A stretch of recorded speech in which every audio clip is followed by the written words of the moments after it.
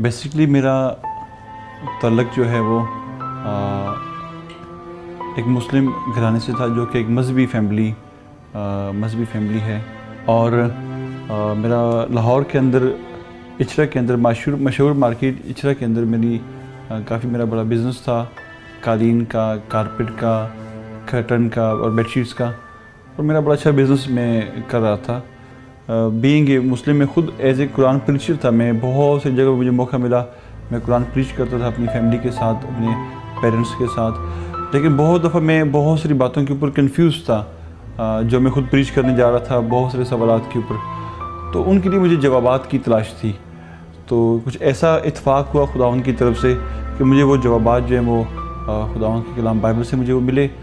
जब वो मुझे जवाबात मिले, उसके बाद मैंने बाइबल की स्टडी जो है मैंने शुरू कर ली। और शुरू के अंदर मैंने बाइबल की स्टडी बहुत जैसे कहते हैं कि इंतहाई मुश्किल से अपने कुछ दोस्तों के साथ मिल के बड़ी फ्यू टाइम के लिए मैंने जैसे कुछ मिनट्स के लिए मैं बाइबल खोलता, वो जवाब ढूंढता, मैं उसको देख लेता, उसके बाद जो है दोबारा फिर अपने बिज़नेस की तरफ चल पड़ता। इस तरह करते करते मैंने बाइबल को बहुत स्लो से जाना, क्योंकि मैं वहाँ पे घर से बाहर मैं एक क्रिश्चियन था और घर के अंदर मैं एक मुस्लिम था। और most of time many time मेरे वालिद साहब सुबह उठते भी जा नमाज के लिए जुम्मे के टाइम पे, कोई जुम्मे का टाइम हो गया। लेकिन मेरा जो हार्ट, जो मेरा दिल था, वो मुकम्मल तौर पे क्रिश्चियन था। तो मुझे बड़ी डिफ़िकल्ट हो रही थी, बहुत मुश्किल हो रही थी मुझे कि भाई मैं किस तरह उनको बताऊं। और बताने के लिए कंडीशन ये थी कि अगर मैं बताता तो वहाँ पे एक लॉ ये था कि लॉ ये है भी अभी भी कि जो मुस्लिम है वो कन्वर्ट होकर क्रिश्चियन नहीं हो सकता, या किसी और मज़हब में वो नहीं जा सकता। अगर जाए, अगर उसके बारे में इल्म हो जाए, तो हमारी जो कम्युनिटी थी मुस्लिम, वो उसके दोस्त, फैमिलीज सब जो है उसके बिल्कुल ख़िलाफ़ हो जाते। और यहाँ तक कि अगर उस शख्स को कोई कत्ल भी कर दे तो लोग उसको हीरो कहते थे। मेरे अंदर खौफ था, मैं उसको एक ओपन तो नहीं कर पा रहा था, बहुत मुश्किल से, लेकिन मैं कुछ रास्ता तलाश कर रहा था कि मैं अपने घर को लीव करूं और खुदावंद में आगे बढ़ूं।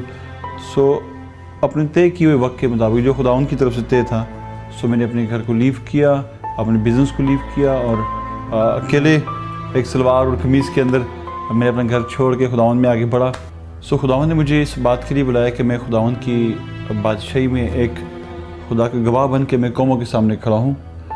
इस बात के लिए मुख्तलिफ़ जगहों पे खुदा ने मुझे इस्तेमाल किया। मैं मुख्तलिफ़ मीटिंग्स के अंदर मैंने गवाही भी पेश की, और जहाँ जहाँ खुदा मुझे इस्तेमाल कर रहा था मैं वहाँ पे जा रहा था एज एवेंजलिस्ट। कहीं पे पाक कलाम की खिदमत करने का मौका मिल रहा था, कहीं पे बहुत सारे लोगों को वाटर बैप्टिज़म देने के लिए जो लोग जिनको हम तालीम दे रहे थे, जब वो तैयार होते थे। यानी इस तरह खुदा मुझे भरपूर पाकिस्तान के अंदर इस्तेमाल कर रहा था, लाहौर के अंदर, लाहौर के नवाई इलाकों में। क्या हुआ कि बहुत सारी जगहों के ऊपर मैं जब प्रीच करता तो मैं ऐसे कर रहा था कि कुरान और बाइबल को रख के मैं बड़े अच्छे अंदाज के अंदर लोगों को टीच कर रहा था। उसमें मुझे प्रॉब्लम क्या हुई, सबसे पहले मुझे फैमिली की तरफ से मुझे जो थ्रेट्स थी, जब मैंने उनको बताया, जब उनको इल्म हुआ कि मेरे बारे में कि मैं इस तरह मैंने घर लीव किया और मेरा जो क्रिश्चियन कम्युनिटी के अंदर मेरा रहना है, जब उनको इस बात के बारे में इल्म हुआ, सबसे पहले तो मेरे पेरेंट्स ने मुझे ढूंढना शुरू कर दिया, मेरे दोस्तों ने मुझे ढूंढना शुरू कर दिया। उन सारी बातों को मैं फेस कर रहा था, और कभी कहाँ छुपना, कभी किस एरिया में जाना, और दूर के एरिया के अंदर जहाँ पे कोई लोग नहीं है, जहाँ पे कोई लिंक्स नहीं है हमारी फैमिलीज़ के, दोस्तों के, उन छोटी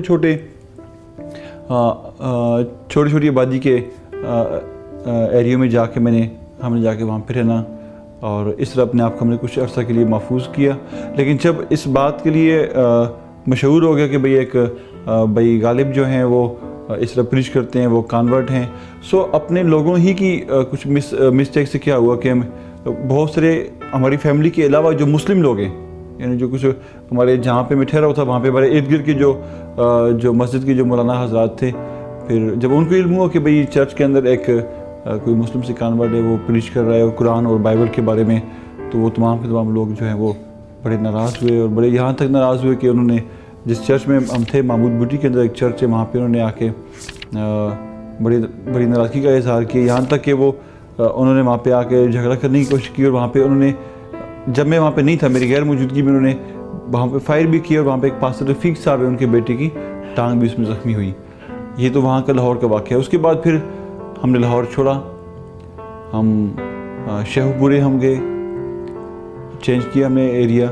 शेखपुरे जब हमारे साथ प्रॉब्लम बना फिर हम सरगोदा गए।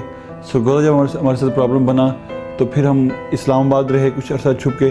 जब इस्लामाबाद हम एकदम ओपन हो गए, क्योंकि मेरी जो मेरी खिदमत थी वो थी एक एवेंजलिस्ट, तो मैं कहीं पे खामोश नहीं रह सकता था। मैंने पाक कलाम बयान करना था, और जहाँ भी पाक कलाम बयान करना वहीं पे मेरी जो है वो बात कहीं ना कहीं से लीक आउट हो जाए। तो जहाँ भी कोई मुस्लिम सुने उनके अंदर एक ऐसी वो नफ़रत भरी हुई है, एक ऐसी ईविल स्पिरिट है कि वो जहाँ भी उनको इल्म हो कि भाई कोई मुस्लिम कन्वर्ट हुआ है वो वैसे ही जैसे कहते हैं मुखालफत के ऊपर आ जाएँ, बगैर किसी लिंक्स के, बगैर किसी रिश्ते के। जस्ट वो उनके अंदर जो स्पिरिट है वो टेररिज्म की स्पिरिट है, और जो वो इस बात के लिए कि भाई क्यों ये मुस्लिम से कन्वर्ट हुआ, उनको इस बात का बहुत दुख था। और जब किसी को इल्म हो तो वो मेरे लिए प्रॉब्लम क्रिएट करे।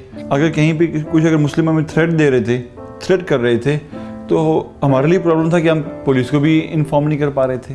अगर हम पुलिस को इन्फॉर्म करते हैं तो सबसे पहले मुझे पुलिस उठा के मेरे पेरेंट्स के पास पहुंचा देना है, और पेरेंट्स ऑलरेडी इस बात के लिए रेडी थे कि इसको कहीं से हमें मिले तो उसको हम पकड़ के बांध दें, इसको कत्ल कर दें, इसको मारें या कुछ भी करें। तो पेरेंट्स इस बात के लिए तैयार थे। मेरे लिए बहुत मुश्किल फ़ैसला था कि मैं वहाँ पे कैसे सर्वाइव करूँ। सबसे पहले मेरे लिए खौफ ये था फैमिली की तरफ से, दोस्तों की तरफ से, उसके बाद ये कि बहुत सारे उन लोगों की तरफ से जो वाकई टेररिस्ट थे, जिनका काम ही सिर्फ ये था कि क्रिश्चियन को डिस्टर्ब करना। वहाँ पे हमारे साथ बहुत दफ़ा ऐसा हुआ कि जब हम डिसहार्ट हुए बहुत दफ़ा कि अगर हम किसी से इस बात के लिए हेल्प चाहते हैं कि हमें कोई थोड़ी सपोर्ट मिले, कहीं पे हमें शेल्टर मिल जाए, कोई हमें शेल्टर दे दे, तो इसके लिए भी बड़ी परेशानी का सामना यह था कि कोई आदमी हमें शेल्टर देने के लिए तैयार नहीं था। वहाँ पे ना हमारी कोई क्रिश्चियन कम्युनिटी में कोई ऐसी कोई फैमिली थी जो इस बात के लिए तैयार हो कि वो बड़े मुस्लिम किसी मजहबी टेररिस्ट से वो मुकाबला कर सके, और ना कोई ऐसा चर्च था वहाँ पे जो इस बात के लिए तैयार हो कि जो उनसे टक्कर ले सके।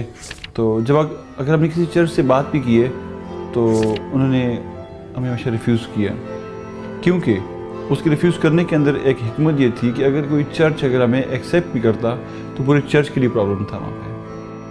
In recent years, the plight of Christians from the Islamic Republic of Pakistan has increased dramatically. Christians, who are a minority in the nation, get snatched of their right to freedom of speech. Whenever someone might open their mouth to protest or speak up for their rights, they are beaten, threatened, and allegedly reported as blasphemers. The Open Doors organization declares Pakistan the 8th most dangerous place on earth for being Christian. Many Western nations ignore the facts and assume Pakistan to be a safe country for Christians in order to avoid giving them refuge. When Western nations do not hear their plight, they are forced to flee Pakistan and seek the nearest and easiest nations to get to, such as Malaysia, where they hope they will be heard. But their dreams are shattered when they are treated like illegal immigrants and criminals. After fleeing an Islamic country, they are lost in another Islamic country where they don't find any end to their suffering. Pakistan भी एक Muslim country था, Malaysia भी एक Muslim country है। हमारी think ये थी कि पाकिस्तान के अंदर शायद हमारे लिए मसाइल ज़्यादा हैं कि वहाँ पे लोग हमें जानते हैं, और मलेशिया में हमारे लिए मसाइल कम होंगे कि वहाँ पे मैं जानता कोई नहीं, हम वहाँ पे सुकून से रह के अपना हम खुदाउन में आगे बढ़ सकते हैं। लेकिन मैं आपको ये बात बताना चाह रहा हूँ, मेरा ये एक्सपीरियंस है कि जितना पाकिस्तान के अंदर हमने इस गलत नज़रिए को जो कि मुस्लिम से कन्वर्ट हजरात के लिए जो प्रॉब्लम वहाँ पे है, उससे बढ़ के हमने यहाँ पे भी फेस किया मलेशिया के अंदर भी। क्यों वही सेम स्पिरिट जो उनके अंदर काम कर रही है, वही सेम स्पिरिट यहाँ भी काम कर रही है खुदा के काम को रोकने के लिए। और इन कुछ ऐसे वाक़यात के साथ दिल बहुत परेशान हुआ कि भाई जैसा पाकिस्तान में था वैसे ही मलेशिया के अंदर भी है। जैसे वहाँ पे जहालत की इंतहा, यहाँ पे उससे बढ़ के जहालत की इंतहा। वहाँ पे तो ये इस बात के बारे में था कि हम कहीं भाग जाएं, कोई ज़बान अपनी है, कोई ऐसा है चलो उसके पास जाके हम बात कर सकते हैं, किसी से हम शेल्टर ले सकते हैं। लेकिन मलेशिया में कंडीशन इतनी टफ़ थी, इतने हालात टाइट थे हमारे कि पहली बात तो ये कि हमारे पास जॉब नहीं थी बगैर डॉक्यूमेंट के। अगर हमारे पास डॉक्यूमेंट नहीं है तो हम कहीं जॉब नहीं कर पा रहे थे। अगर जॉब नहीं है तो सर्वाइव करना बहुत मुश्किल। 2 साल कंप्लीट हो चुके हैं हमारा यहाँ पे, तो हम इस 2 सालों के अरसे के अंदर हम हो सकता है कोई 3-4 माह हम किसी जगह पे रूम में रहे हों बकाया। अभी तक हम चर्चेस के अंदर जहाँ भी खुदा ने चाहा वहाँ पे हमें चर्च में हमें अगर उन्होंने अगर शेल्टर दिया तो वहाँ पे हम हॉल में सो गए, कभी जहाँ जगह मिली वहाँ पे चर्च में हमने सो गए, चर्च के अंदर थोड़ी सी सफाई कर ली, कोई क्लीनिंग कर ली, फूड की थोड़ी हमें सपोर्ट वो कर लेते थे। बस इस तरह का हमारा जो है वो वक्त हमारा जो है वो गुजर रहा था। और इस हालात को जब हमने यहाँ पे फेस किया तो ये पाकिस्तान के हालात से ज़्यादा हमें मुश्किल नज़र आए, क्यों पाकिस्तान के अंदर ये था कि वहाँ पे हमारी जो हमारा इवेंजलिज्म था वो अपनी ज़बान के अंदर था, सुनने वाले लोग अपनी ज़बान के अंदर थे, तो बहुत दफ़ा हमारा वक्त जो है वो इसके अंदर बिजी गुजरता था। लेकिन मलेशिया के अंदर ये हिसाब है कि हमें ये पता नहीं कि अभी यहाँ से घर से बाहर निकलेंगे, पुलिस उठा के इमिग्रेशन उठा के वहाँ पे गाड़ी में फेंक दे, पता नहीं वापस आएंगे भी नहीं आएंगे।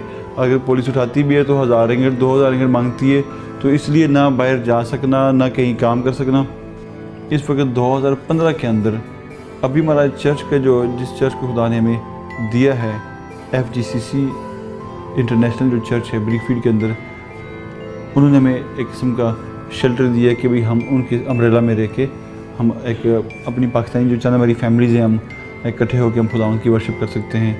सो इसका सारा जो बोझ है वो बर्दाश्त कर रहे हैं, जगह का रेंट और सारे मामलात, और हमें उन्होंने कहा भी आप इसमें अपना वक्त गुजारें, और हमें उन्होंने उसमें भी जगह सोने की दी है कि आप यहाँ पे रह सकते हो। सो उसके अलावा मैं आपको कैसे इस बारे में बताऊँ कि जो हम सर्वाइव कर रहे हैं इस वक्त भी आज भी बहुत मुश्किल से कर रहे हैं।